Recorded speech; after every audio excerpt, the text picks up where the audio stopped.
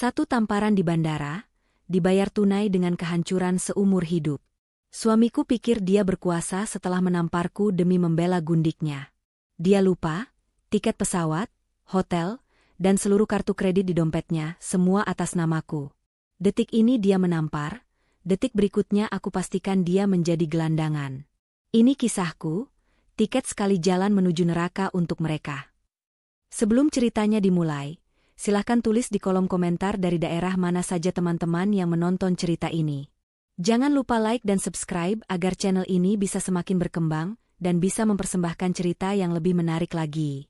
Suasana Terminal 3 Bandara Soekarno-Hatta pagi itu terasa begitu dingin, kontras dengan hati Anya yang hangat penuh semangat. Ia mengeratkan mantel tebal berwarna krem yang membalut tubuhnya, sementara tangan kanannya mendorong troli berisi 2 koper besar. Hari ini adalah hari yang sudah ia tunggu selama 2 tahun terakhir. Liburan musim dingin ke Kanada bukan sekadar perjalanan biasa baginya, melainkan sebuah hadiah untuk dirinya sendiri setelah bekerja keras tanpa henti membangun bisnis catering dan properti warisan keluarganya.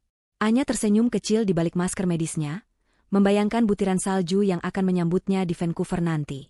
Ia sudah mengatur semuanya dengan sempurna, mulai dari tiket pesawat kelas bisnis, penginapan di cottage mewah, hingga daftar restoran halal yang akan ia kunjungi. Namun, senyum di wajah Anya perlahan memudar ketika langkah kakinya mendekati titik pertemuan di dekat gate 2. Jantungnya berdegup kencang, bukan karena antusiasme, melainkan karena kebingungan yang mendadak menyergap. Di sana, berdiri suaminya, Fahri, yang mengenakan jaket kulit hitam yang baru dibelikan Anya minggu lalu. Fahri tidak sendirian. Di sebelahnya berdiri Ibu Lilis, ibu mertua Anya, yang tampak heboh dengan syal bulu palsu melingkar di lehernya.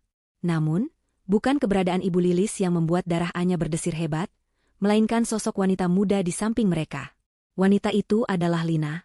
Anya mengenalnya sebagai mantan rekan kerja Fahri, yang sering disebut Fahri sebagai teman biasa. Lina mengenakan sweater merah muda yang pas di badan, dan tertawa manja sambil memegang lengan Fahri. Anya menghentikan trolinya beberapa meter dari mereka. Ia menarik napas panjang, mencoba menenangkan gemuruh di dadanya sebelum melangkah mendekat. Suara roda troli Anya membuat ketiga orang itu menoleh. Wajah Fahri tampak sedikit terkejut.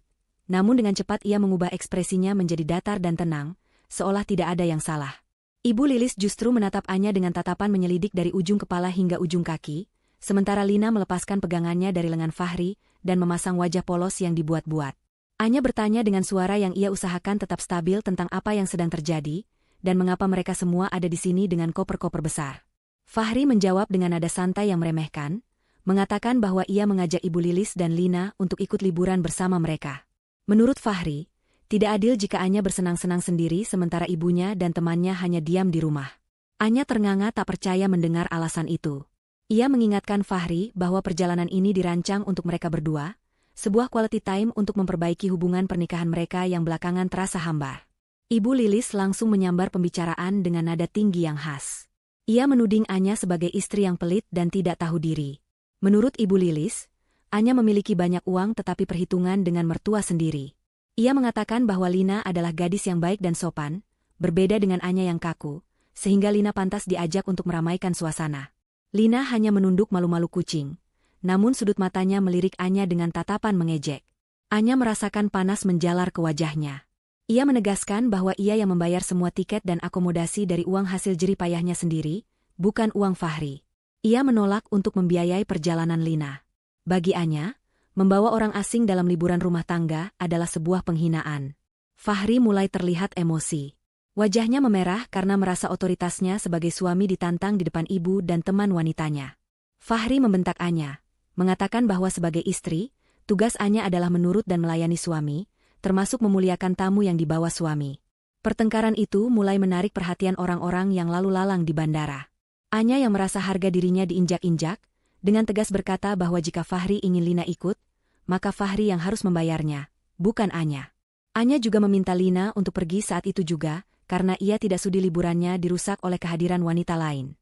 Mendengar pengusiran itu, Lina mulai terisak pelan, air mata buayanya turun dengan cepat, membuat Ibu Lili semakin berang dan memaki Anya sebagai wanita jahat yang tidak punya hati. Fahri yang tidak terima melihat Lina menangis dan ibunya marah, melangkah maju mendekati Anya. Tanpa peringatan, tangan kekar Fahri melayang dan mendarat keras di pipi kiri Anya. Suara tamparan itu terdengar begitu nyaring, menghentikan aktivitas beberapa orang di sekitar mereka. Rasa perih yang menyengat langsung terasa di kulit wajah Anya, disusul rasa panas yang menjalar hingga ke telinga. Anya terhuyung ke belakang, tangannya memegangi pipinya yang berdenyut. Ia menatap Fahri dengan tatapan tidak percaya. Selama 5 tahun menikah, ini adalah pertama kalinya Fahri main tangan. Belum sempat Anya memproses rasa sakit itu, Fahri kembali melayangkan tamparan kedua, kali ini lebih keras hingga membuat sudut bibir Anya pecah. Fahri berteriak di depan wajah Anya, mengatakan bahwa tamparan itu adalah pelajaran agar Anya tidak menjadi istri yang pembangkang dan sombong dengan hartanya. Ibu Lilis bukannya melerai, malah mengompori dengan mengatakan bahwa Anya pantas mendapatkannya agar sadar posisi. Lina, di balik punggung Fahri, tersenyum tipis penuh kemenangan melihat saingannya dipermalukan di tempat umum. Darah segar menetes dari sudut bibir Anya, jatuh mengenai jilbab krem mahalnya. Anya merasakan asin darah di lidahnya. Rasa sakit fisik itu tidak sebanding dengan hancurnya hati Anya saat itu. Detik itu juga, sisa-sisa cinta dan rasa hormat yang ia miliki untuk Fahri menguap tanpa sisa. Anya tidak menangis histeris. Ia tidak membalas memukul. Ia hanya diam, menyeka darah di dagunya dengan punggung tangan, lalu berdiri tegak menatap mata suaminya. Tatapan Anya berubah menjadi dingin, kosong, dan tajam. Anya berkata dengan suara pelan namun sangat jelas, bahwa ia mengerti sekarang. Ia tidak akan berdebat lagi. Fahri tersenyum sinis, mengira Anya akhirnya menyerah dan tunduk. Fahri memerintahkan Anya untuk segera melakukan check-in untuk mereka semua. Namun, Anya menggeleng pelan. Ia berkata bahwa ia menyerahkan Fahri, Ibu Lilis, dan Lina pada nasib mereka sendiri. Anya mengucapkan selamat berlibur dengan nada sarkas yang menusuk, lalu ia membalikkan badan, meninggalkan troli kopernya begitu saja, dan berjalan menjauh dengan langkah cepat namun pasti. Fahri berteriak memanggil nama Anya, menyuruhnya kembali atau ia akan menceraikannya. Ancaman itu menggaung di koridor terminal, namun Anya tidak menoleh sedikitpun. Langkah kakinya semakin mantap menjauh dari sumber racun dalam hidupnya. Di dalam kepalanya, tidak ada lagi rencana liburan romantis. Yang ada hanyalah sebuah rencana baru yang jauh lebih dingin dan kalkulatif. Anya mengeluarkan ponselnya sambil berjalan, jari-jarinya menari cepat di atas layar, mengakses aplikasi perbankan dan maskapai penerbangan. Tamparan tadi telah membangunan singa tidur dalam diri Anya. Ia tidak akan sekadar pergi. Ia akan memastikan mereka membayar mahal untuk setiap tetes darah yang keluar dari bibirnya hari ini. Fahri menatap punggung Anya yang semakin mengecil dan akhirnya menghilang di balik kerumunan calon penumpang. Ia mendengus kasar, merapikan kerah jaketnya dengan gerakan angkuh. Di sampingnya, Ibu Lilis menepuk-nepuk bahu anaknya, menenangkan sekaligus membenarkan tindakan kasar Fahri tadi. Menurut Ibu Lilis, wanita seperti Anya memang sesekali perlu diberi pelajaran fisik supaya tidak besar kepala, karena merasa memiliki uang lebih banyak. Lina, yang air matanya sudah kering dalam sekejap, kini menggelayut manja di lengan Fahri lagi. Ia bertanya dengan nada khawatir yang dibuat-buat, apakah mereka tetap jadi pergi ke Kanada. Fahri tertawa remeh. Dengan penuh percaya diri, ia meyakinkan Lina dan ibunya bahwa Anya hanya sedang merajuk, ngambek, seperti anak kecil. Fahri yakin 100% bahwa Anya tidak akan berani membatalkan apapun karena Anya terlalu mencintainya. Fahri berpikir Anya hanya butuh waktu untuk menenangkan diri di toilet, dan nanti pasti akan menyusul mereka, atau menelepon sambil menangis minta maaf. Fahri mengambil alih troli koper Anya yang ditinggalkan, merasa menang karena kini ia menguasai barang-barang istrinya. Mereka bertiga berjalan dengan dagu terangkat menuju counter check-in maskapai penerbangan internasional kelas 1. Fahri merasa seperti raja yang sedang membawa rombongannya. Ia membayangkan kursi pesawat yang empuk, makanan mewah, dan layanan premium yang akan segera mereka nikmati. Ibu Lilis sibuk mematut diri di pantulan kaca jendela bandara, sementara Lina sibuk melakukan swafoto untuk dipamerkan di media sosialnya dengan keterangan yang menyeratkan ia sedang berlibur mewah dengan kekasihnya. Antrean di jalur priority cukup lengang. Tidak butuh waktu lama bagi mereka untuk sampai di depan meja petugas. Seorang petugas wanita dengan seragam rapi menyapa mereka dengan senyum ramah profesional, meminta paspor dan kode pemesanan tiket. Fahri dengan gaya bos besar meletakkan tumpukan paspor, miliknya, Ibu Lilis, dan Lina, serta secari kertas berisi kode booking yang sempat ia foto dari ponsel Anya semalam. Ia berkata dengan nada memerintah agar prosesnya dipercepat, karena ibunya sudah lelah berdiri. Petugas itu mengangguk sopan dan mulai mengetikkan kode tersebut ke dalam sistem komputer. Hening sejenak. Jari-jari petugas itu berhenti menari di atas papan ketik. Keningnya berkerut. Ia mencoba mengetik ulang kode tersebut, kali ini lebih perlahan, memastikan tidak ada angka atau huruf yang salah. Fahri mulai mengetuk-ngetukkan jarinya di atas meja konter dengan tidak sabar, sementara Lina mulai mengeluh kakinya pegal karena memakai sepatu hak tinggi. Petugas itu mengangkat wajahnya, senyum ramahnya sedikit berubah menjadi ekspresi bingung dan menyesal. Ia memberitahukan kepada Fahri bahwa kode pemesanan tersebut tidak dapat ditemukan dalam sistem penerbangan hari ini. Fahri terbelalak. Ia bersikeras bahwa itu tidak mungkin salah, karena Anya sudah memesannya bulan lalu, dan ia melihat sendiri buktinya. Fahri menyuruh petugas itu mengecek lagi dengan benar, menuduh sistem komputernya yang bermasalah. Petugas itu dengan sabar menjelaskan bahwa data riwayat pemesanan memang ada, tetapi status tiket untuk seluruh penumpang dalam kode booking tersebut telah dibatalkan secara sepihak oleh pemegang akun utama sekitar 10 menit yang lalu. Wajah Fahri yang tadinya merah, karena marah kini memucat seketika. Pembatalan itu dilakukan tepat setelah Anya berjalan pergi meninggalkan mereka. Hantaman realitas mulai memukul kesadaran Fahri. Anya tidak sekadar menggertak, ia benar-benar memutus akses mereka. Ibu Lilis yang mendengar penjelasan petugas langsung meledak emosinya. Ia berteriak histeris di depan konter, memaki-maki maskapai dan menyebut nama Anya dengan serapah kasar. Suara cempreng Ibu Lilis membuat penumpang lain di kelas ekonomi menoleh dan berbisik-bisik. Lina mulai panik, ia mengguncang lengan Fahri dan bertanya bagaimana nasib liburan mereka. Rasa malu mulai menjalar di wajah Fahri. Ia mencoba menenangkan ibunya yang mulai tantrum, seperti anak kecil yang tidak dibelikan mainan. Fahri buru-buru mengeluarkan ponselnya, mencoba menghubungi nomor Anya. Terdengar nada sambung sekali, lalu terputus. Ketika ia mencoba menelepon lagi, operator memberitahukan bahwa nomor yang dituju sedang tidak aktif atau berada di luar jangkauan. Anya telah mematikan ponselnya atau memblokir nomor Fahri. Keringat dingin mulai mengalir di pelipis Fahri. Ia terjebak di situasi yang sangat memalukan. Ia tidak bisa pulang begitu saja karena sudah sesumbar kepada tetangga dan teman-teman kantornya bahwa ia akan pergi ke luar negeri. Gengsinya terlalu tinggi untuk menyeret koper kembali ke rumah. Dengan tangan gemetar, Fahri mengeluarkan dompetnya. Ia mengambil kartu kredit platinum yang selama ini ia banggakan. Kartu itu sebenarnya adalah kartu tambahan yang diterbitkan dari rekening utama Anya, namun Fahri selalu menganggapnya sebagai miliknya sendiri. Ia berkata kepada petugas bahwa ia akan membeli tiket baru on the spot untuk 3 orang. Meskipun harganya jauh lebih mahal karena pembelian mendadak, Fahri tidak peduli, ia yakin limit kartu itu masih sangat besar. Petugas menggesek kartu tersebut ke mesin EDC. Mesin itu berbunyi beep panjang dan mengeluarkan struk kecil. Petugas membacanya dan dengan nada sopan namun tegas mengatakan bahwa transaksinya ditolak oleh bank penerbit. Fahri tidak percaya. Ia menyuruh petugas mencoba lagi. Hasilnya sama. Declinet. Fahri mengeluarkan kartu kedua, kartu debit yang juga terhubung ke rekening bersama yang dananya 90% berasal dari Anya. Hasilnya tetap sama, transaksi gagal. Saldo tidak mencukupi atau kartu telah diblokir. Notifikasi pesan singkat masuk ke ponsel Fahri secara beruntun. Pesan itu dari bank, memberitahukan bahwa kartu kredit dan akses debitnya telah dinonaktifkan atas permintaan nasabah utama karena alasan keamanan. Anya benar-benar telah melumpuhkan mereka secara finansial dalam hitungan menit. Di tengah bandara yang megah itu, Fahri merasa kerdil. Ia berdiri kaku dengan dompet terbuka yang kini isinya hanya kartu-kartu plastik tak berguna, dan beberapa lembar uang tunai yang bahkan tidak cukup untuk membeli tiket pesawat tujuan domestik, apalagi ke Kanada. Ibu Lili semakin menjadi-jadi, ia mulai menangis meraung-raung, menuduh petugas bandara bersekongkol dengan menantunya untuk menyengsarakan orang tua. Petugas keamanan bandara mulai mendekat, karena keributan yang dibuat Ibu Lilis sudah mengganggu ketertiban. Lina melepaskan tangan Fahri dengan kasar. Wajah manisnya berubah masam. Ia menuntut Fahri untuk melakukan sesuatu dan tidak membiarkan dirinya dipermalukan seperti ini. Lina tidak mau tahu pokoknya, ia harus terbang hari ini. Fahri mencoba membuka aplikasi mobile banking di ponselnya untuk mengecek sisa saldo pribadinya yang ia kumpulkan dari menyisihkan uang belanja yang diberi Anya. Angka yang tertera di layar membuatnya lemas. Saldonya 0 rupiah. Anya rupanya juga telah menarik kembali semua dana yang pernah ia transfer ke rekening pribadi Fahri, mungkin menggunakan surat kuasa yang pernah Fahri tanda tangani dulu, tanpa membacanya dengan teliti. Mereka bertiga kini berdiri terlunta-lunta di samping konter check-in.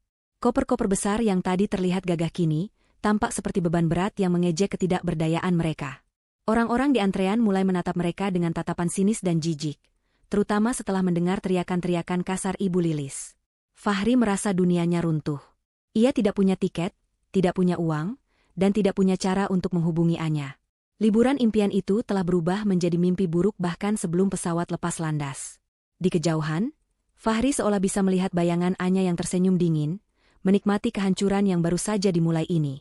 Anya melangkah dengan tenang memasuki area VIP lounge yang tertutup bagi penumpang biasa.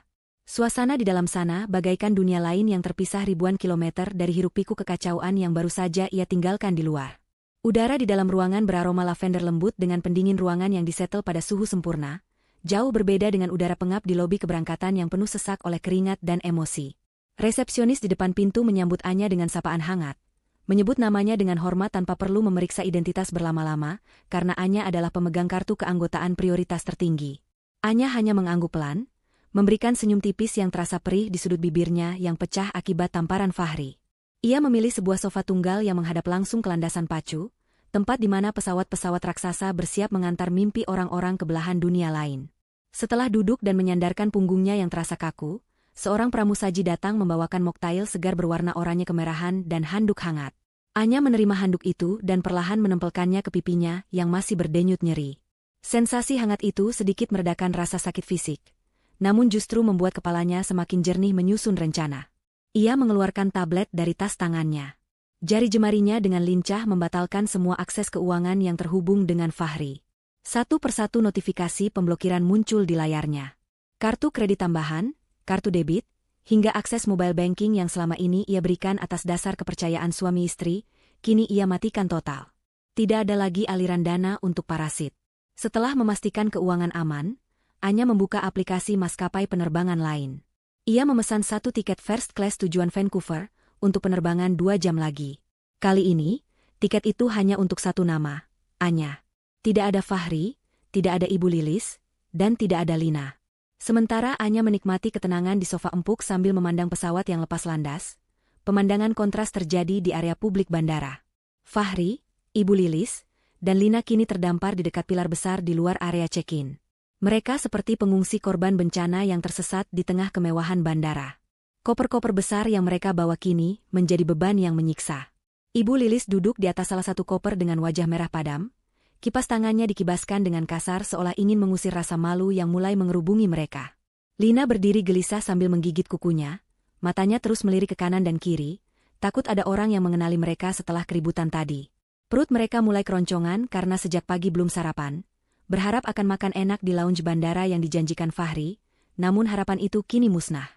Fahri mondar-mandir dengan telepon genggam menempel di telinga.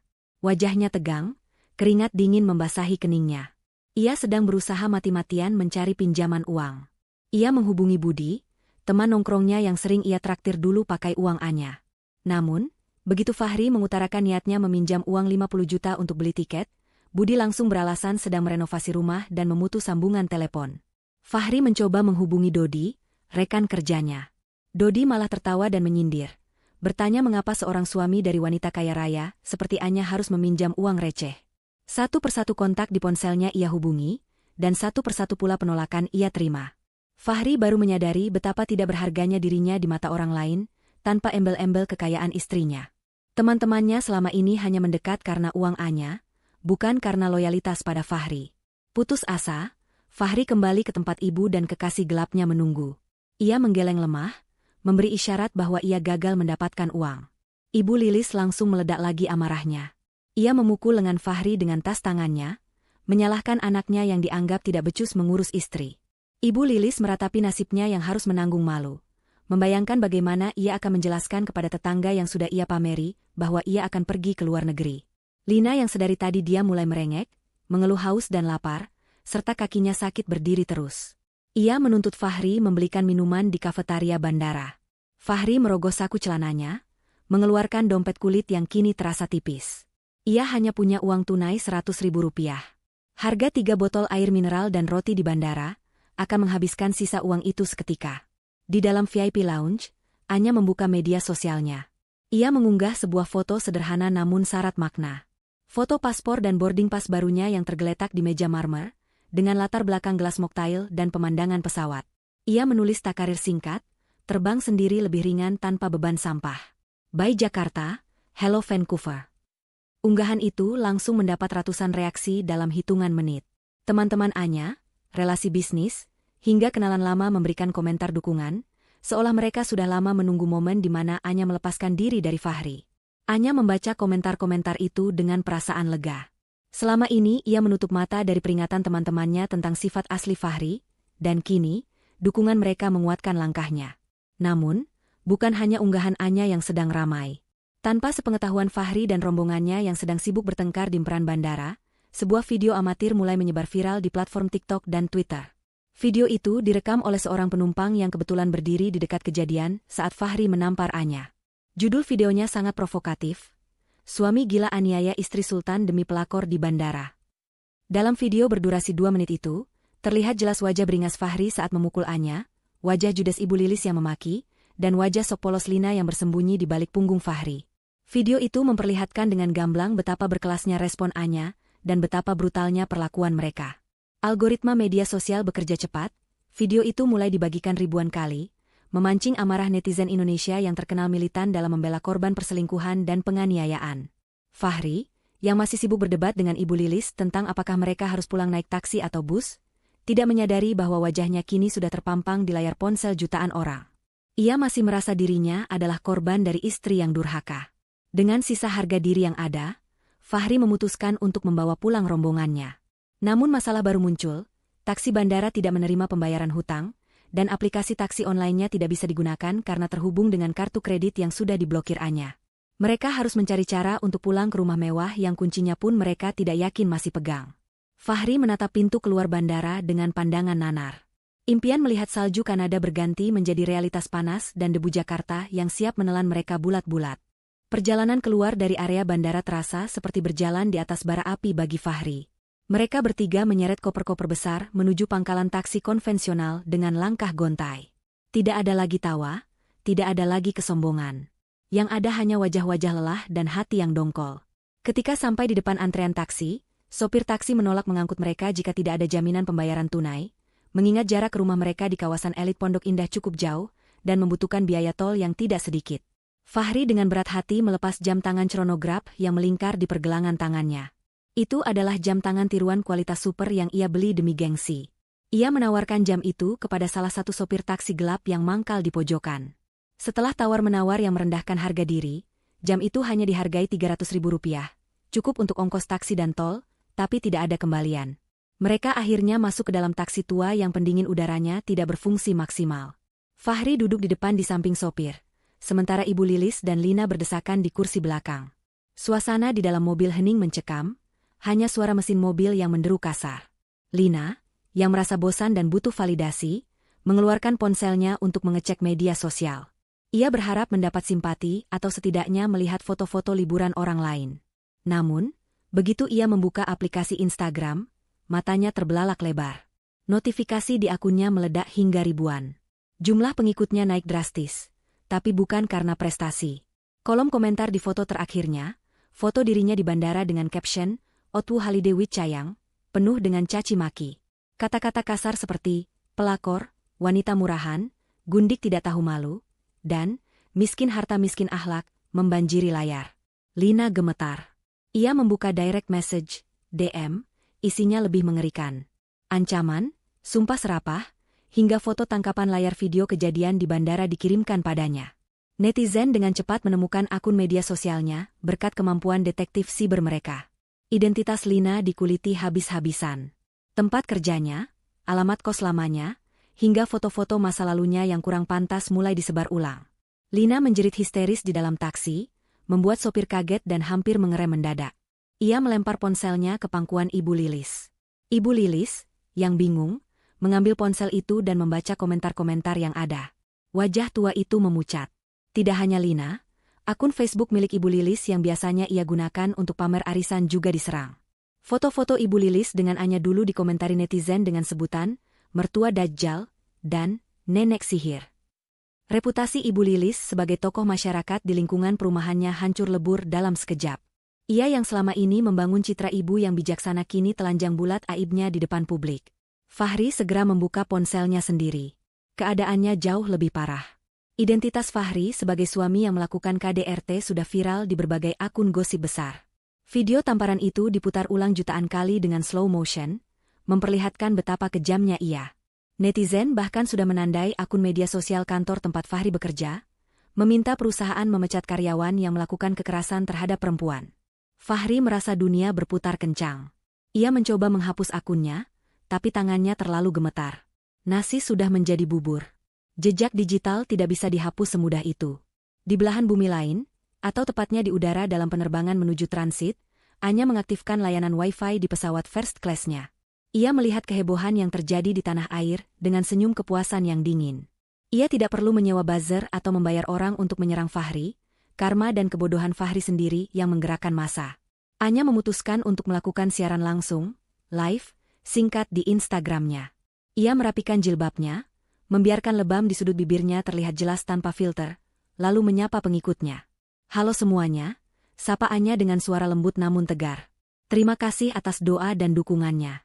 Saya baik-baik saja, sedang menuju tempat di mana saya bisa menemukan kedamaian kembali. Luka di wajah ini," Anya menyentuh pipinya pelan, "akan sembuh. Tapi luka pengkhianatan mungkin butuh waktu lebih lama. Saya hanya ingin bilang, jangan pernah takut untuk pergi dari tempat yang menyakitimu, meski itu berarti harus terbang sendirian." Siaran langsung itu ditonton oleh puluhan ribu orang secara bersamaan. Simpati publik tumpah ruah untuk Anya. Di kolom komentar, banyak pengacara menawarkan bantuan hukum gratis, banyak wanita berbagi cerita serupa, dan dukungan moral mengalir deras. Anya menutup siaran itu dengan elegan, tanpa memaki Fahri sedikitpun, yang justru membuat citra Fahri semakin buruk karena terlihat menyakiti wanita sebaik Anya. Kembali ke dalam taksi yang panas di jalan tol Jakarta, ponsel Fahri berdering. Nama, Pak Hendra, CEO, muncul di layar. Jantung Fahri berhenti berdetak sesaat. Pak Hendra adalah atasan langsungnya, sekaligus teman baik ayah Anya. Dengan tangan basah oleh keringat, Fahri mengangkat telepon itu. Suara Pak Hendra di seberang sana terdengar dingin, tegas, dan tanpa basa-basi. "Fahri," suara Pak Hendra menggelegar meski lewat telepon. "Saya baru saja melihat video yang beredar. Saya sangat kecewa. Perusahaan tidak mentolerir tindakan kekerasan, apalagi terhadap istri sendiri. Citra perusahaan bisa rusak jika mempertahankan orang sepertimu." Fahri mencoba menyela, "Pak, ini salah paham, saya bisa jelaskan." "Tidak ada yang perlu dijelaskan," potong Pak Hendra. "Bukti video sudah jelas. Mulai saat ini juga, kamu diberhentikan secara tidak hormat. Surat pemecatan resmi sudah dikirim ke emailmu dan salinannya ke alamat rumah. Jangan berani-berani menginjakkan kaki di kantor lagi.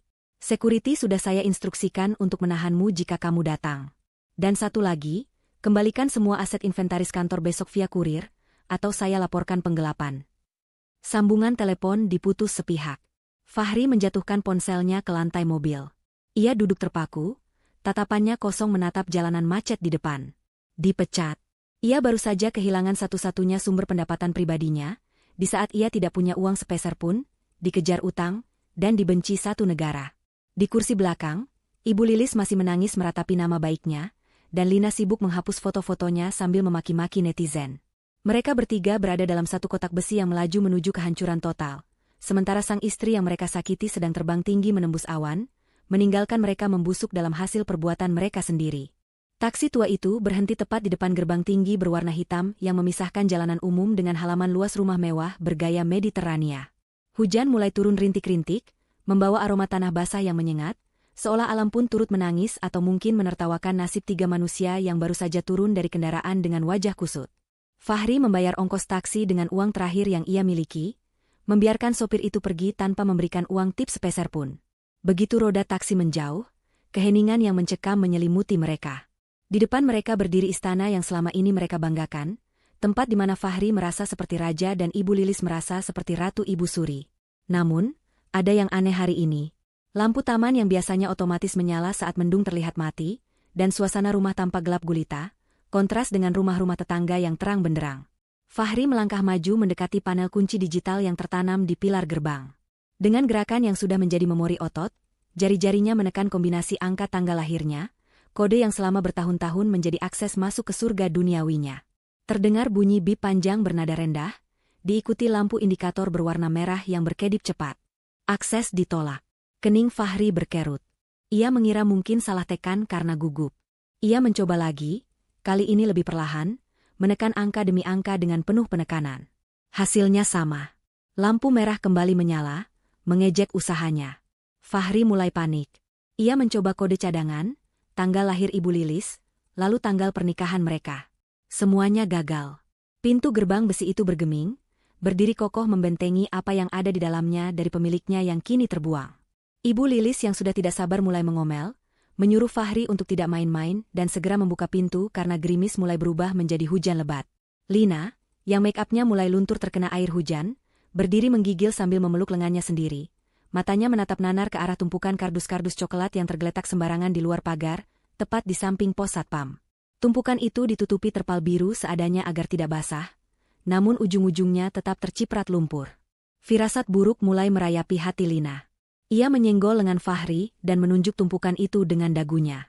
Belum sempat Fahri memeriksa tumpukan kardus itu, pintu kecil di pos satpam terbuka.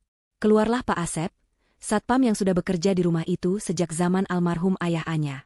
Pak Asep biasanya menyambut Fahri dengan hormat, membungkuk, dan membukakan gerbang. Namun kali ini, Pak Asep berdiri tegak dengan seragam lengkap, wajahnya datar tanpa senyum, dan tatapannya tajam. Di tangannya, ia memegang sebuah papan jalan berisi dokumen. Pak Asep tidak membukakan gerbang. Ia justru berdiri menghalangi akses panel kunci, memposisikan dirinya sebagai tembok pemisah antara Fahri dan rumah itu. Fahri membentak Pak Asep, memerintahkannya untuk segera membuka gerbang dan bertanya siapa yang berani mengganti kode kunci rumahnya. Pak Asep dengan tenang menjawab bahwa ia hanya menjalankan perintah pemilik rumah yang sah. Fahri semakin berang, ia berteriak bahwa ia adalah suami pemilik rumah, yang berarti ia juga pemilik rumah tersebut. Pak Asep menggeleng pelan, lalu menyodorkan salinan dokumen yang ada di papan jalannya. Itu adalah salinan sertifikat hak milik rumah dan tanah yang sepenuhnya atas nama Anya, serta surat pernyataan hukum yang baru saja diterbitkan hari ini, berisi perintah pengosongan rumah dari penghuni yang tidak berkepentingan. Fahri merebut kertas itu, matanya membelalak membaca baris demi baris kalimat hukum yang mematikan haknya. Di sana tertulis jelas bahwa Fahri tidak memiliki hak sepeser pun atas properti tersebut, karena adanya perjanjian pranikah pisah harta yang dulu ia tanda tangani dengan terburu-buru, karena silau oleh cinta dan harta Anya. Hujan kini turun semakin deras, membasahi kertas di tangan Fahri hingga tintanya melebar, seakan menghapus keberadaan Fahri dari sejarah rumah itu. Ibu Lilis yang ikut mengintip isi surat itu langsung lemas. Kakinya tak kuat menopang tubuh, dan ia merosot duduk di aspal yang basah dan kotor. Pak Asep kemudian menunjuk tumpukan kardus di luar pagar. Ia menjelaskan bahwa Nyonya Anya sudah memerintahkan staf rumah tangga untuk mengemasi semua barang-barang pribadi milik Bapak Fahri dan Ibu Lilis. Tidak ada satupun barang yang tertinggal, mulai dari baju, sepatu, hingga pernak-pernik tidak penting. Semuanya sudah dikeluarkan. Sedangkan barang-barang berharga seperti lukisan, perabotan jati, dan elektronik mahal tetap berada di dalam karena itu adalah aset Anya. Pak Asep menegaskan bahwa mereka dilarang keras melangkah masuk melewati gerbang. Jika memaksa, Pak Asep sudah diinstruksikan untuk menekan tombol panik yang terhubung langsung ke kantor polisi terdekat dengan tuduhan penerobosan properti. Ibu Lilis berteriak histeris, ia merangkak menuju tumpukan kardus dan mulai membongkarnya dengan brutal. Ia mencari koleksi guci keramik antiknya yang ia klaim sebagai miliknya, padahal itu dibeli dengan uang Anya. Ia menemukan salah satu guci itu dalam keadaan pecah di dalam kardus, karena dikemas seadanya.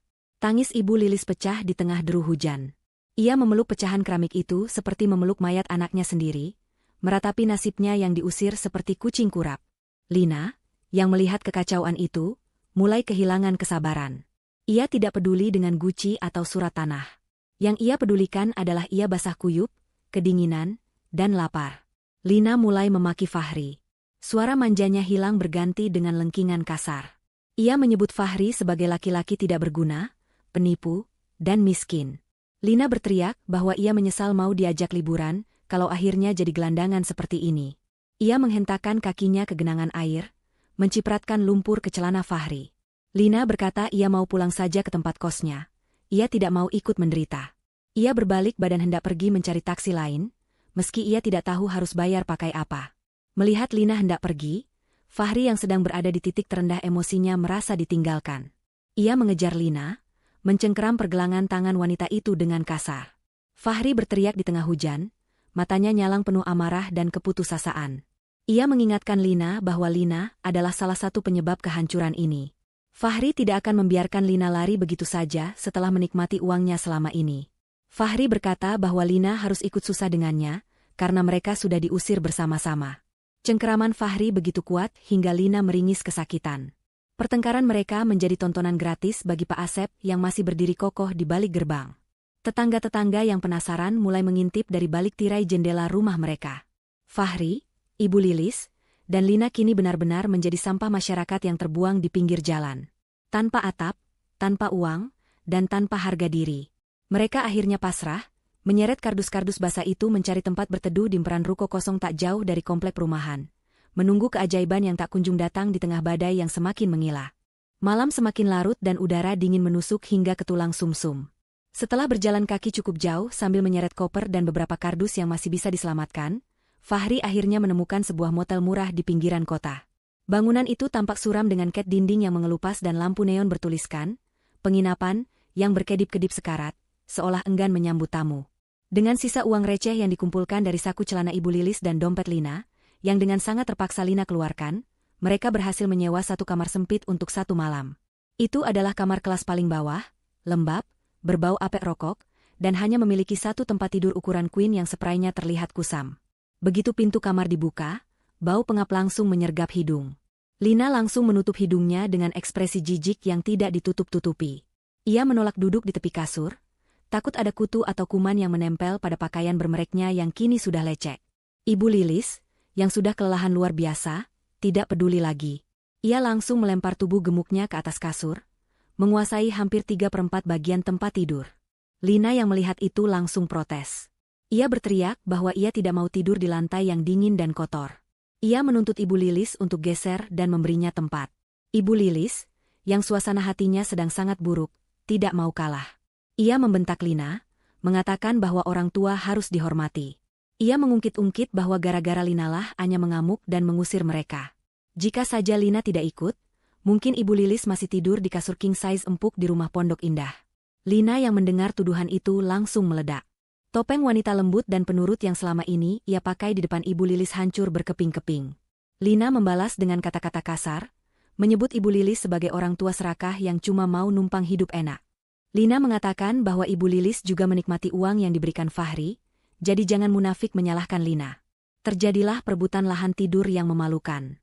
Lina menarik selimut yang dipakai Ibu Lilis, dan Ibu Lilis menjambak rambut Lina yang basah. Mereka bergulingan di atas kasur apek itu, saling cakar dan saling maki layaknya kucing liar berebut sisa makanan. Fahri hanya bisa duduk di kursi kayu reot di sudut kamar, memegangi kepalanya yang terasa mau pecah. Ia melihat dua wanita yang paling ia bela mati-matian di bandara tadi kini, saling menyakiti di motel murahan. Pemandangan itu menampar kesadarannya. Inikah kebahagiaan yang ia pertaruhkan dengan mengorbankan istri setianya? Di tengah keributan itu, pandangan Fahri tertuju pada pesawat telepon kabel tua yang menempel di dinding kamar, di dekat meja rias yang kaca cerminnya retak. Sebuah ide gila muncul di benaknya. Mungkin, hanya mungkin, Anya masih memiliki sedikit rasa kasihan. Mungkin Anya akan luluh jika mendengar suara Fahri yang memelas. Fahri mendekati telepon itu. Ia tahu ia tidak bisa menelepon ke luar negeri secara langsung dari telepon motel tanpa deposit. Tapi ia ingat ia punya satu kartu panggilan internasional bekas yang pernah ia beli untuk keperluan kantor dan kodenya ia simpan di dompet. Dengan tangan gemetar, ia memasukkan kode akses dan memutar nomor ponsel pribadi Anya yang ia hafal di luar kepala. Dering telepon tersambung. Jantung Fahri berdegup kencang. Dering pertama, dering kedua, dering ketiga. Fahri hampir menutup telepon karena putus asa, namun tiba-tiba suara itu terdengar. "Halo?" Suara Anya terdengar jernih, tenang, dan ada latar suara gemertak kayu terbakar, suara perapian. Fahri tercekat. Ia bisa membayangkan Anya sedang duduk santai di sofa kulit di sebuah cottage kayu hangat di pegunungan Whistler, mungkin sambil memegang cangkir coklat panas, sementara di luar salju turun dengan indahnya.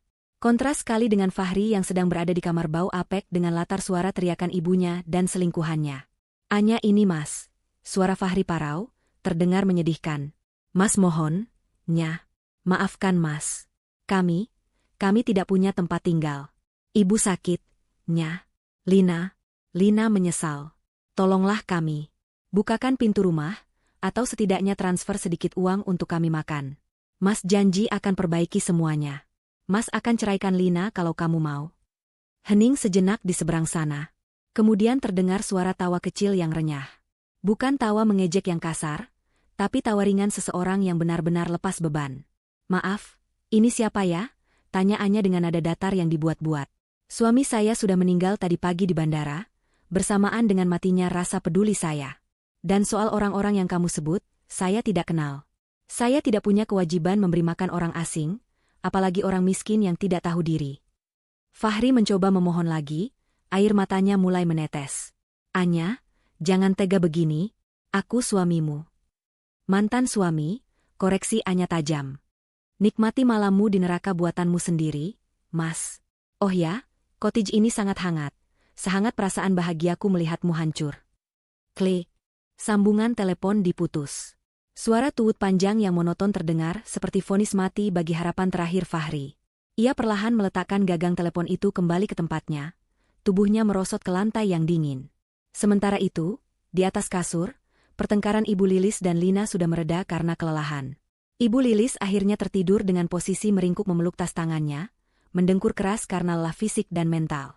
Lina duduk di ujung kasur, matanya merah dan bengkak, menatap punggung Fahri dengan tatapan benci. Ia mendengar percakapan telepon tadi. Ia mendengar bahwa Fahri siap menceraikannya demi uang Anya. Hati Lina membeku. Ia sadar, tidak ada cinta di sini. Yang ada hanya kepentingan. Dan sekarang, kapal ini sudah karam. Ia harus menyelamatkan diri sendiri. Mata Lina kemudian tertuju pada jari manis Ibu Lilis yang terkulai di samping bantal. Di sana melingkar sebuah cincin emas tua bermata rubi merah. Itu adalah satu-satunya perhiasan asli yang dimiliki Ibu Lilis, peninggalan almarhum suaminya, yang tidak pernah ia lepas bahkan saat mandi. Lina menelan ludah. Otak liciknya bekerja cepat. Cincin itu pasti laku dijual beberapa juta. Cukup untuk ongkos pulang ke kampung halamannya, atau setidaknya menyewa kos baru, dan makan seminggu. Lina melirik Fahri yang masih melamun di lantai dengan tatapan kosong, meratapi nasib. Perlahan dan sangat hati-hati, Lina menggeser tubuhnya mendekati Ibu Lilis. Tangannya yang lentik bergerak pelan seperti ular, menyentuh jari keriput wanita tua itu. Ibu Lilis bergerak sedikit, membuat Lina menahan napas. Namun dengkuran kembali terdengar. Lina melanjutkan aksinya.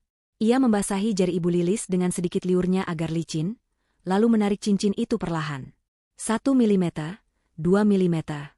Cincin itu terlepas. Lina menggenggamnya erat, jantungnya berpacu cepat. Ia memasukkan cincin itu ke dalam saku celananya dalam-dalam. Lina kembali duduk tegak, pura-pura memijat kakinya, sambil menyusun rencana untuk kabur saat subuh nanti ketika Fahri dan ibunya masih terlelap.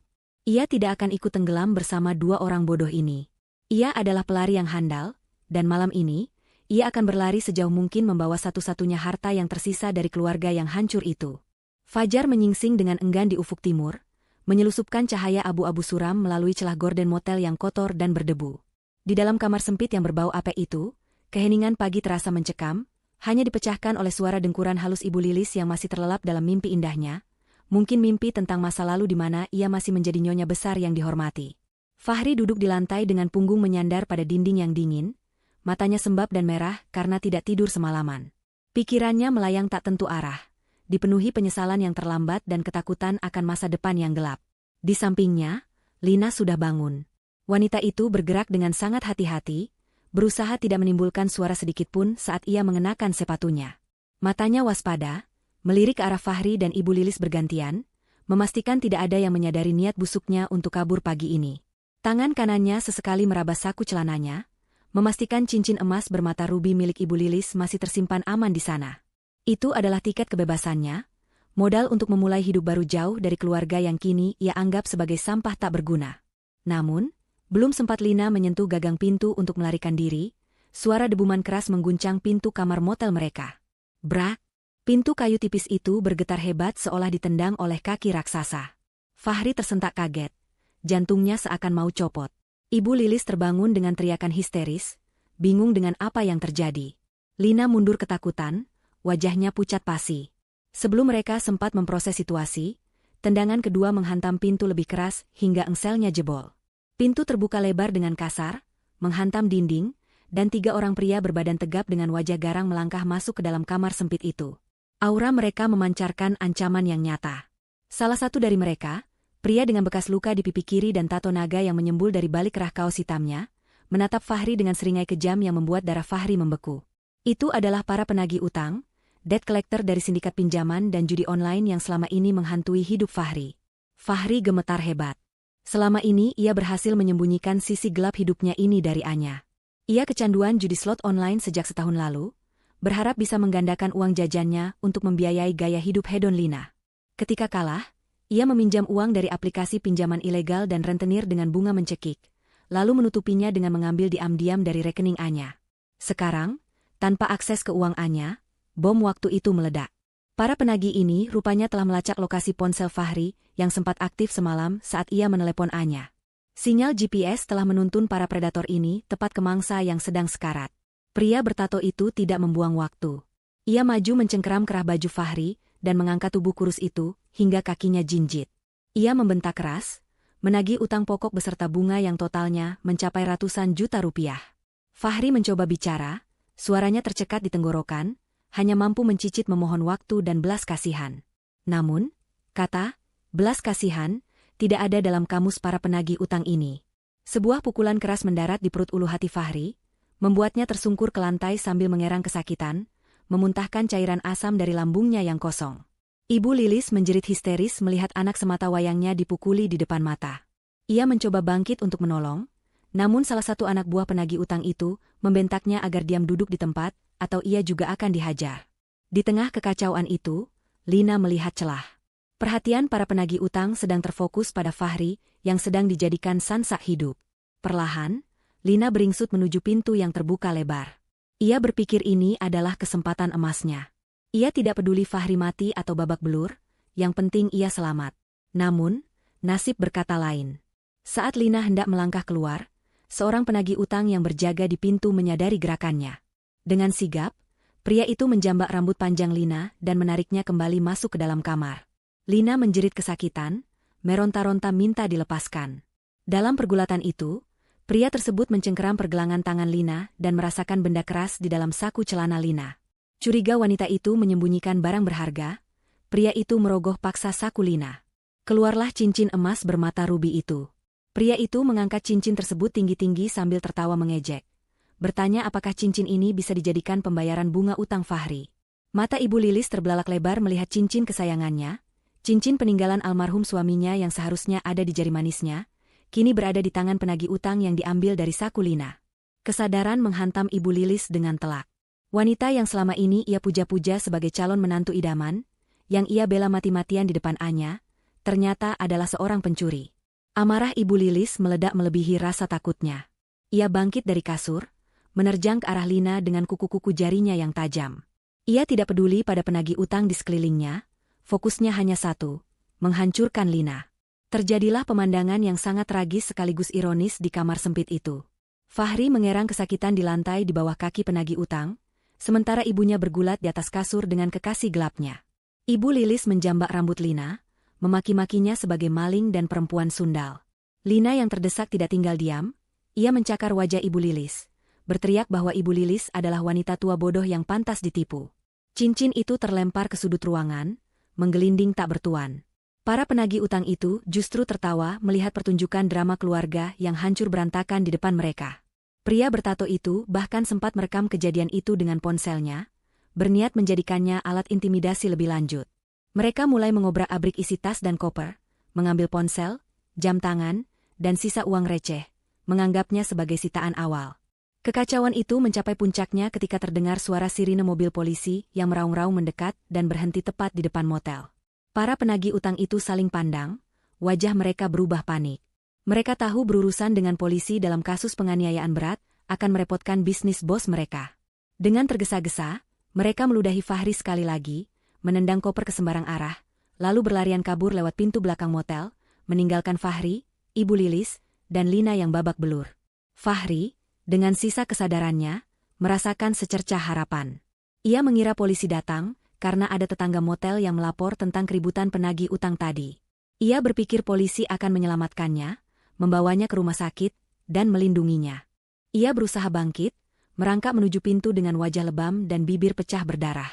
Saat dua orang petugas berseragam coklat muncul di ambang pintu, Fahri mengangkat tangannya yang gemetar, tersenyum lemah, dan berkata lirih, "Tolong saya, Pak, mereka mau membunuh saya." Namun, petugas polisi itu tidak membalas senyumnya. Wajah mereka dingin, tegas, dan tanpa empati. Salah satu petugas mengeluarkan secari kertas resmi dan sepasang borgol perak yang berkilau tertimpa cahaya pagi. Petugas itu membacakan kalimat yang menghancurkan sisa harapan Fahri menjadi debu. Saudara Fahri, kami dari kepolisian.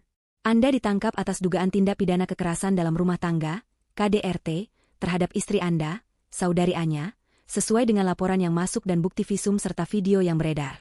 Anda memiliki hak untuk diam, namun segala perkataan Anda dapat digunakan di pengadilan. Fahri ternganga, otaknya gagal memproses informasi itu. Bukan penyelamatan yang ia dapatkan, melainkan jeruji besi. Di belakangnya, Ibu Lilis yang wajahnya penuh goresan kuku Lina menatap polisi dengan horor. Lina, yang duduk di pojok kamar sambil memegangi rambutnya yang rontok, juga ikut pucat. Polisi lain masuk dan berkata bahwa Ibu Lilis dan Lina juga harus ikut ke kantor polisi untuk dimintai keterangan sebagai saksi mata di tempat kejadian perkara, serta atas dugaan persekongkolan atau penadahan jika terbukti mereka menikmati hasil kejahatan Fahri. Pagi itu berakhir dengan Fahri diseret keluar dari motel dengan tangan terborgol, ditonton oleh penghuni motel lain dan warga sekitar yang berkerumun penasaran. Ia berjalan tertatih-tatih, bukan menuju bandara untuk liburan musim dingin, melainkan menuju mobil patroli yang akan membawanya ke sel tahanan yang dingin dan pengap. Langit di atasnya tampak mendung gelap, seolah ikut menutup pintu belas kasihan bagi seorang suami yang telah mengkhianati ketulusan istrinya demi kesenangan sesaat yang kini berbalik menjadi racun mematikan. Waktu bergulir lambat bagaikan tetesan air di dalam gua yang sunyi. 3 bulan telah berlalu sejak insiden di bandara dan penangkapan di motel kumuh itu. Hari ini adalah hari persidangan putusan bagi Fahri. Ruang sidang Pengadilan Negeri Jakarta Selatan terasa begitu dingin, pendingin ruangan berdengung monoton, menyebarkan aroma disinfektan dan ketegangan yang menyesakkan dada. Fahri duduk di kursi pesakitan, mengenakan rompi tahanan berwarna oranye cerah yang sangat kontras dengan kulitnya yang kini kusam dan tubuhnya yang kurus kering. Rambutnya yang dulu selalu tertata rapi dengan pomade mahal kini dicukur cepak ala kadarnya. Wajahnya tirus dengan lingkaran hitam di bawah mata yang menunjukkan betapa buruknya kualitas tidurnya di balik jeruji besi. Ia menunduk dalam, tidak berani mengangkat wajah untuk melihat ke arah bangku pengunjung. Pintu ruang sidang terbuka, dan suasana ruangan berubah seketika. Anya melangkah masuk didampingi oleh tim pengacara papan atas yang terkenal tak pernah kalah dalam kasus-kasus besar. Penampilan Anya sungguh memukau. Sangat berbeda dengan wanita berwajah lebam dan berdarah di bandara 3 bulan lalu. Ia mengenakan setelan blazer formal berwarna navy blue yang elegan, dipadukan dengan hijab sutra bermotif lembut. Wajahnya bersinar, glowing sehat, memancarkan aura wanita sukses yang telah menemukan kembali kekuatan dirinya. Tidak ada jejak kesedihan di matanya, hanya ketenangan seluas samudra yang siap menenggelamkan lawannya.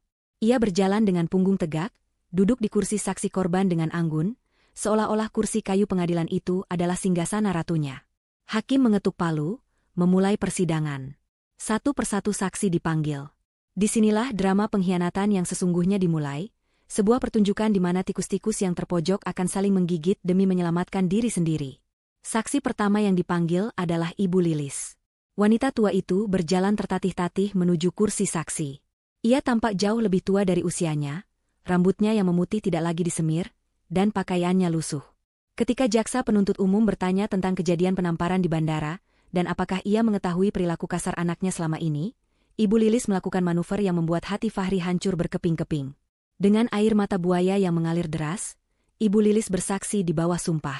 Ia mengatakan bahwa dirinya hanyalah seorang ibu tua yang lemah dan tidak tahu apa-apa. Ia mengklaim bahwa Fahrilah yang selama ini memaksanya untuk membenci Anya. "Saya takut pada anak saya, Pak Hakim," ratap Ibu Lilis dengan suara bergetar yang dibuat sedramatis mungkin. "Fahri itu temperamental. Kalau saya tidak menuruti kemauannya untuk memusuhi Anya, dia akan membentak saya. Saya sebenarnya sayang sama Anya, tapi saya diancam oleh Fahri. Saya dipaksa ikut ke bandara, dipaksa ikut memaki Anya. Saya ini korban anak durhaka, Pak Hakim." Fahri terbelalak menatap ibunya. Ia ingin berteriak menyangkal semua kebohongan itu. Ia ingin mengingatkan ibunya bahwa ibunyalah yang selalu berbisik di telinganya bahwa Anya pelit, bahwa istri harus tunduk, bahwa uang Anya adalah hak mereka. Namun, pengacaranya menahan bahu Fahri, menyuruhnya diam. Fahri merasakan sakit yang lebih perih daripada pukulan penagih utang.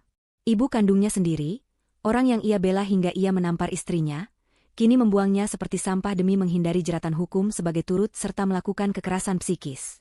Ibu Lilis memilih menyelamatkan kulit keriputnya sendiri, daripada membela anak yang telah berkorban segalanya untuknya. Saksi berikutnya adalah Lina. Mantan rekan kerja sekaligus kekasih gelap yang menjadi pemicu semua ini. Lina masuk dengan wajah tertunduk, mengenakan pakaian sopan yang tertutup, mencoba membangun citra wanita lugu yang tersesat. Kesaksian Lina tak kalah mematikan. Di hadapan hakim, Lina mengaku bahwa ia tidak tahu Fahri sudah beristri pada awalnya. Sebuah kebohongan besar yang membuat Anya tersenyum sinis di kursinya. Lina mengatakan bahwa Fahri mengaku sebagai duda kaya raya yang sedang mencari pendamping hidup. "Saya ditipu, Pak Hakim," ucap Lina dengan suara lirih. "Mas Fahri menjanjikan kemewahan, menjanjikan liburan ke luar negeri. Saya tidak tahu kalau uang itu hasil memeras istrinya. Kalau saya tahu, saya tidak akan mau. Saya juga korban kebohongan laki-laki ini." Lina melemparkan semua kesalahan pada Fahri. Ia menyangkal ikut memanas-manasi suasana di bandara. Ia menyangkal pernah menghina Anya. Ia memposisikan dirinya sebagai gadis polos yang terjebak dalam jaring manipulasi Fahri. Fahri menatap Lina dengan tatapan nyalang. Wanita yang dulu bermanja-manja padanya, yang berkata, "Aku mencintaimu selamanya. Mas," saat dibelikan tas mewah, kini menikamnya tepat di jantung di depan hukum. Tidak ada cinta, tidak ada loyalitas. Semua itu palsu, seplastik kartu kredit yang gagal digesek di bandara. Fahri menyadari betapa bodohnya ia menukar berlian asli, Anya, dengan batu kali, Lina, yang kini melemparinya sampai mati. Ketika giliran Anya memberikan kesaksian tambahan, suasana hening seketika. Anya tidak berteriak, tidak menangis, dan tidak memaki. Ia hanya menyerahkan sebuah berkas tebal kepada hakim. Itu bukan sekadar bukti KDRT, melainkan bukti baru yang jauh lebih berat, penggelapan aset perusahaan. Ternyata, selama Anya di Kanada, ia memerintahkan tim audit independen untuk memeriksa keuangan perusahaan properti warisan ayahnya di mana Fahri diberi jabatan sebagai manajer operasional. Hasil audit itu mengerikan. Fahri terbukti telah menggelapkan dana perusahaan miliaran rupiah selama 2 tahun terakhir dengan memalsukan invoice vendor dan markup biaya renovasi. Uang itulah yang digunakan Fahri untuk berjudi online dan membiayai gaya hidup Lina serta ibunya. Pak Hendra, CEO perusahaan sekaligus paman Anya, juga hadir sebagai saksi pelapor untuk kasus penggelapan ini. "Ini bukan lagi masalah rumah tangga," ujar Anya tenang namun tajam menatap mata hakim. "Ini adalah kriminalitas murni. Terdakwa tidak hanya melukai fisik saya, tapi juga mencuri hak karyawan-karyawan saya, memanipulasi kepercayaan keluarga saya, dan menghancurkan integritas perusahaan. Saya memohon keadilan seadil-adilnya. Bukan untuk dendam, tapi untuk memastikan tidak ada lagi korban berikutnya." Fahri terduduk lemas di kursinya. Keringat dingin mengucur deras. Ia tahu tamatlah riwayatnya. Kasus KDRT saja sudah bisa membuatnya dipenjara bertahun-tahun, ditambah dengan kasus penggelapan dana dalam jumlah besar, ia mungkin akan menghabiskan sisa masa mudanya membusuk di dalam sel. Ia melihat ke sekeliling ruangan. Ibunya membuang muka, pura-pura sibuk dengan tasnya. Lina menatap lantai, enggan melihatnya. Dan Anya menatapnya lurus-lurus. Tatapan yang bukan lagi berisi cinta atau kebencian, melainkan tatapan seseorang yang melihat orang asing yang menyedihkan.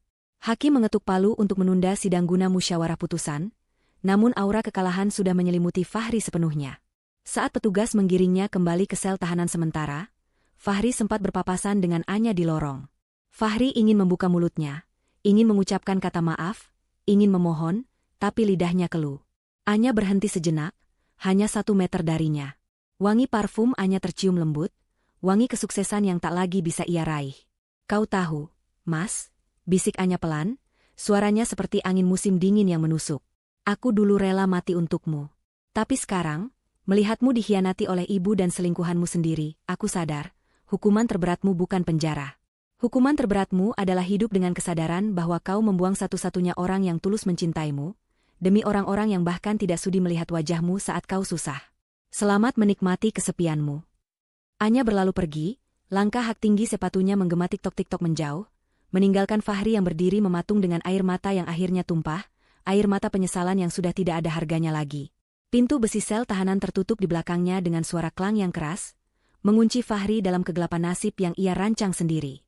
Ruang sidang utama Pengadilan Negeri Jakarta Selatan kembali hening, namun kali ini keheningan itu terasa jauh lebih berat dan menekan, seolah oksigen di dalam ruangan tersedot habis oleh ketegangan yang memuncak. Hakim ketua, seorang pria parubaya dengan kacamata tebal dan wibawa yang tak terbantahkan, membetulkan letak jubah hitamnya sebelum membacakan lembaran putusan yang ada di hadapannya. Fahri duduk di kursi terdakwa dengan tubuh yang semakin membungkuk, keringat dingin membasahi punggungnya hingga tembus ke rompi tahanan oranye yang ia kenakan. Di belakangnya, bangku pengunjung penuh sesak oleh wartawan dan masyarakat yang penasaran dengan akhir dari drama viral suami bandara. Anya duduk di barisan depan dengan tenang, didampingi pengacaranya, menatap lurus ke arah hakim tanpa ekspresi berarti, seolah ia sedang menyaksikan pembacaan laporan bisnis yang membosankan, bukan nasib mantan suaminya.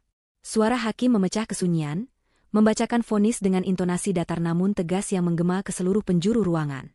Berdasarkan bukti-bukti yang tidak terbantahkan, termasuk visum et repertum atas luka-luka Anya, rekaman video yang viral, kesaksian para saksi, serta bukti audit forensik keuangan perusahaan, majelis hakim menyatakan terdakwa Fahri secara sah dan meyakinkan bersalah melakukan tindak pidana kekerasan dalam rumah tangga secara fisik dan psikis, serta tindak pidana penggelapan dana perusahaan secara berlanjut. Hakim menjatuhkan hukuman pidana penjara selama 12 tahun, ditambah kewajiban membayar denda dan ganti rugi kepada perusahaan sebesar 5 miliar rupiah. Jika tidak dibayar, maka aset pribadi terdakwa akan disita negara dan masa hukuman akan ditambah. Palu diketuk 3 kali. Tok, tok, tok. Suara itu terdengar seperti dentang lonceng kematian bagi masa depan Fahri.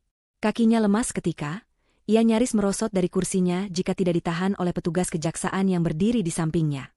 12 tahun. Usianya akan habis di balik jeruji besi. Ia akan keluar sebagai pria tua yang tidak punya apa-apa. Tidak ada harta, tidak ada karir, dan tidak ada keluarga. Vonis itu juga mencakup penyitaan seluruh aset yang tersisa atas nama Fahri, mobil kreditan yang belum lunas, motor sport, hingga isi rekening pribadinya yang sudah kosong, untuk menutupi sebagian kecil dari uang yang ia curi dari perusahaan. Fahri resmi dimiskinkan secara total dan legal. Ia menoleh ke belakang, mencari wajah ibunya atau Lina, berharap ada setitik simpati, namun bangku saksi kosong. Mereka sudah kabur lebih dulu sebelum palu diketuk, takut terseret lebih jauh. Di luar gedung pengadilan, nasib Lina tidak lebih baik. Wanita itu mencoba menyelinap keluar lewat pintu samping untuk menghindari wartawan, namun wajahnya yang sudah terlalu terkenal di media sosial membuatnya mudah dikenali. Sekelompok ibu-ibu yang geram melihat videonya di bandara meneriaki Lina, melemparinya dengan botol air mineral kosong dan sisa makanan. Lina berlari terbirit-birit menuju jalan raya, air matanya tumpah karena rasa malu dan takut. Namun, penderitaan Lina baru saja dimulai. Ponselnya berdering terus-menerus, bukan dari teman yang ingin menghibur, tapi dari nomor-nomor asing yang meneror. Para penagih utang pinjaman online, pinjol, yang menggunakan KTP-nya, akibat ulah Fahri dan Lina sendiri yang sering meminjam data satu sama lain, mulai bergerak memburunya. Lina mencoba pulang ke kos mewahnya, namun di depan pintu kamar, barang-barangnya sudah dikeluarkan oleh pemilik kos dalam kantong kresek hitam besar. Pemilik kos, seorang ibu tegas yang tidak mau tempatnya tercemar, mengusir Lina saat itu juga karena banyak orang tak dikenal, penagih utang, yang datang membuat keributan mencari Lina.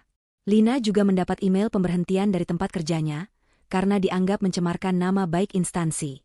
Tanpa pekerjaan, tanpa tempat tinggal, dan dikejar utang, Lina yang dulu sombong dan manja kini menggelandang di jalanan Jakarta. Ia mencoba menghubungi teman-temannya, tapi semua nomornya diblokir. Tidak ada yang mau menampung pelakor viral yang bisa membawa masalah. Akhirnya, Lina berakhir di sebuah warung tenda pinggir jalan, menangis meratapi nasib sambil memegang sisa uang Rp50.000, menyadari bahwa kecantikannya tidak bisa menyelamatkannya dari kehancuran yang ia tanam sendiri. Sementara itu, karma bagi Ibu Lilis datang dengan cara yang sunyi namun menyakitkan. Setelah memberikan kesaksian palsu yang memberatkan anaknya sendiri di pengadilan, Ibu Lilis diusir oleh kerabat jauh tempat ia menumpang sementara. Mereka malu memiliki saudara yang viral sebagai mertua jahat dan pengkhianat anak. "Kami tidak mau rumah kami didatangi wartawan atau penagih utang gara-gara kamu," kata sepupunya seraya menutup pintu rumah tepat di depan wajah Ibu Lilis. Terlunta-lunta dengan tas pakaian yang berat, Ibu Lilis mencoba melakukan satu hal nekat. Ia naik ojek menuju rumah orang tua Anya, berharap besannya itu masih punya hati nurani untuk menampung wanita tua sepertinya. Sesampainya di gerbang rumah orang tua Anya yang megah, Ibu Lilis dihadang oleh satpam. Ia memohon-mohon, bahkan bersujud di aspal panas, meminta bertemu dengan ibunda Anya. "Tolong sampaikan, saya minta maaf. Saya hilaf. Saya tidak punya tempat tujuan," ratap Ibu Lilis. Namun, satpam itu menyampaikan pesan dingin dari pemilik rumah. "Maaf, Bu. Nyonya berpesan bahwa beliau tidak mengenal Ibu. Beliau juga bilang, panti sosial milik pemerintah lebih cocok untuk menampung orang yang tidak punya keluarga." Ibu Lilis hancur. Harga dirinya yang selama ini ia junjung setinggi langit kini rata dengan tanah. Akhirnya, Satpol PP yang sedang berpatroli mengamankan Ibu Lilis karena dianggap gelandangan yang mengganggu ketertiban umum. Ia dibawa ke panti sosial di pinggiran kota. Di sana, Ibu Lilis harus tidur di atas matras tipis berjejer dengan puluhan tunawisma lainnya, makan nasi bungkus dengan lauk seadanya, dan menjalani hari tua dalam penyesalan yang tak berujung, tanpa ada anak atau menantu yang akan menjenguknya. Seminggu setelah vonis, Anya memutuskan untuk mengunjungi Fahri di Rutan Cipinang, untuk yang terakhir kalinya sebelum Fahri dipindahkan ke lapas Nusa Kambangan. Di ruang kunjungan yang dibatasi kaca tebal dan jeruji besi, Fahri dibawa masuk oleh petugas. Penampilannya sangat mengenaskan. Rambutnya dicukur habis, wajahnya kusam penuh jerawat dan bekas luka yang belum sembuh, tubuhnya kurus kering seperti tulang berbalut kulit. Aura kesombongan yang dulu selalu ia pancarkan telah lenyap sepenuhnya, digantikan oleh aura keputusasaan yang gelap. Ketika melihat Anya duduk di seberang meja dengan penampilan yang begitu bercahaya, bersih, dan wangi, Fahri menangis. Tangisannya pecah begitu saja. Tangisan seorang pecundang yang menyadari betapa bodohnya ia melepaskan berlian demi menggenggam kotoran. Fahri mencoba meraih tangan Anya lewat celah jeruji, tapi Anya menarik tangannya dengan tenang. Anya, maafkan Mas. Nya. Mas salah. Mas bodoh. Tolong bantu Mas. Mas tidak kuat di sini. Makanannya basi. Mas dipukuli narapidana lain setiap malam. Tolong bicara pada pengacara, ringankan hukuman Mas. Mas janji akan mengabdi padamu seumur hidup setelah keluar nanti. Racau Fahri dengan suara serak, air mata dan ingus bercampur di wajahnya yang kotor. Anya menatap Fahri dengan tatapan yang sulit diartikan. Bukan benci, bukan marah, melainkan tatapan kasihan seperti melihat seekor anjing sakit yang sekarat di pinggir jalan. Anya meletakkan sebuah amplop coklat di atas meja. Aku datang bukan untuk mendengarkan janjimu yang tidak berharga itu, Mas, kata Anya dengan suara lembut namun tegas. Aku datang untuk menyerahkan salinan akta cerai kita. Pengadilan agama sudah mengabulkan gugatanku kemarin. Kita sudah sah bercerai secara negara dan agama. Tidak ada lagi hubungan di antara kita. Fahri menggeleng-gelengkan kepalanya histeris, menolak menyentuh amplop itu. Tidak, Nya, jangan tinggalkan Mas. Siapa yang akan mengurus Mas? Ibu sudah tidak ada kabar, Lina menghilang, cuma kamu yang Mas punya. Anya tersenyum tipis, sebuah senyuman yang menyeratkan pelepasan beban yang luar biasa. Itulah intinya, Mas. Kamu sendirian sekarang karena pilihanmu sendiri. Kamu membuang istri yang tulus, kamu memanfaatkan ibu yang serakah, dan kamu berselingkuh dengan wanita yang materialistis. Sekarang, nikmatilah hasil panen dari apa yang kamu tanam. Anya berdiri, merapikan blazernya. Ia menatap mata Fahri dalam-dalam untuk terakhir kalinya. Terima kasih, Mas. Tamparanmu di bandara hari itu adalah hal terbaik yang pernah kamu lakukan padaku. Rasa sakit itu membangunkanku dari tidur panjang. Tanpa tamparan itu, mungkin aku masih menjadi istri bodoh yang membiayai parasit sepertimu. Sekarang, aku bebas. Anya berbalik dan berjalan menuju pintu keluar tanpa menoleh lagi. Meski Fahri berteriak-teriak memanggil namanya hingga suaranya habis dan diseret paksa oleh petugas kembali ke selnya yang gelap. Anya melangkah keluar dari gedung penjara, menghirup udara bebas dalam-dalam. Langit Jakarta yang biasanya abu-abu hari ini terlihat begitu biru dan cerah. Keadilan telah ditegakkan, karma telah terbayar lunas, dan buku lama telah ditutup rapat-rapat. Tidak ada lagi dendam yang mengganjal, hanya ada rasa lega yang begitu luas, seluas masa depan yang kini membentang di hadapannya. 6 bulan telah berlalu sejak badai kehidupan itu menghantam dan berlalu pergi. Waktu, sebagaimana janji alam semesta, bekerja sebagai penyembuh yang paling ampuh bagi mereka yang mau berusaha bangkit. Kehidupan Anya telah berubah drastis, jauh lebih baik daripada yang pernah ia bayangkan sebelumnya. Bisnis properti dan catering yang ia kelola berkembang pesat. Tanpa adanya kebocoran dana yang dulu dilakukan Fahri, keuntungan perusahaan melonjak tajam. Anya menggunakan keuntungan itu untuk memperluas usahanya dan membuka yayasan amal bagi korban kekerasan dalam rumah tangga, sebuah dedikasi nyata dari pengalaman pahitnya untuk menolong wanita lain agar berani bersuara. Nama Anya kini dikenal bukan lagi sebagai istri korban viral, melainkan sebagai pengusaha wanita inspiratif yang tangguh dan dermawan. Wajahnya sering menghiasi majalah bisnis, memancarkan kecantikan dan kekuatan yang seimbang. Pagi ini, suasana di kediaman orang tua Anya begitu hangat dan riuh. Koper-koper besar berjajar rapi di ruang tengah. Namun kali ini tidak ada drama, tidak ada ketegangan, dan tidak ada parasit. Anya sedang membantu ibunya merapikan syal rajut ke dalam tas tangan. Ayah Anya, seorang pria pensiunan yang bijaksana, tampak sibuk mengecek paspor dan tiket sambil bersenandung kecil. Hari ini mereka akan berangkat ke Eropa untuk liburan musim semi selama 3 minggu. Ini adalah perjalanan yang sudah lama Anya impikan. Membawa kedua orang tuanya keliling dunia dengan uang hasil kerja kerasnya sendiri, membahagiakan mereka di masa tua, sesuatu yang dulu tertunda karena ia terlalu sibuk mengurus masalah Fahri dan keluarganya. Semua sudah siap, Enduk? Tanya ayah Anya dengan senyum lebar, menepuk bahu putrinya dengan sayang. Sudah, Yah. Mobil jemputan ke bandara juga sudah standby di depan, jawab Anya sambil memeluk lengan ayahnya. Ada perasaan damai yang begitu dalam saat ia merasakan kehangatan keluarga yang sesungguhnya. Tidak ada lagi Ibu Lilis yang cerewet menuntut belanjaan, tidak ada Fahri yang sibuk dengan ponselnya sendiri. Hanya ada tawarnya ibunya yang sedang menggoda ayahnya soal obat encok yang tidak boleh ketinggalan. Perjalanan ke Bandara Soekarno-Hatta kali ini terasa sangat berbeda. Ketika mobil mewah mereka memasuki area Terminal 3, kenangan 6 bulan lalu sempat berkelebat di benak Anya. Ia melihat ke arah Meeting Point Gate 2, tempat di mana ia dulu ditampar dan dipermalukan. Namun anehnya, tidak ada rasa sakit lagi. Luka itu sudah sembuh total, hanya meninggalkan bekas pelajaran berharga. Anya tersenyum kecil pada memori itu, seolah menyapa hantu masa lalu yang sudah tidak punya kekuatan untuk menyakitinya. Ia menggandeng tangan kedua orang tuanya, berjalan dengan dagu terangkat penuh percaya diri menuju counter check-in first class. Kali ini, tidak ada drama kartu ditolak atau tiket dibatalkan. Petugas menyambut mereka dengan sangat ramah, memberikan pelayanan terbaik untuk Ibu Anya dan keluarga. Beberapa jam kemudian, Anya sudah duduk nyaman di kursi pesawat first class maskapai penerbangan bintang 5 yang akan membawanya ke Zurich. Interior kabin yang mewah, kursi yang bisa direbahkan menjadi tempat tidur datar, dan segelas jus jeruk segar di meja sisinya membuat suasana terasa begitu privat dan tenang. Ayah dan ibunya duduk di kursi seberang lorong, tanpa antusias memencet-mencet tombol fitur kursi canggih itu seperti anak kecil. Anya memandang mereka dengan mata berkaca-kaca karena bahagia. Inilah kebahagiaan yang sesungguhnya, berbagi rezeki dengan orang yang tulus mencintai kita tanpa syarat. Saat pesawat mulai taksing menuju landasan pacu, Anya iseng menyalakan layar televisi di hadapannya untuk mencari hiburan. Ia memindahkan saluran ke kanal berita nasional. Tiba-tiba, sebuah tayangan breaking news menarik perhatiannya. Judul berita itu tertulis besar di layar, "Pemindahan narapidana kelas kakap ke lapas Nusa Kambangan." Anya hendak mengganti saluran, namun matanya menangkap sosok yang familiar di layar.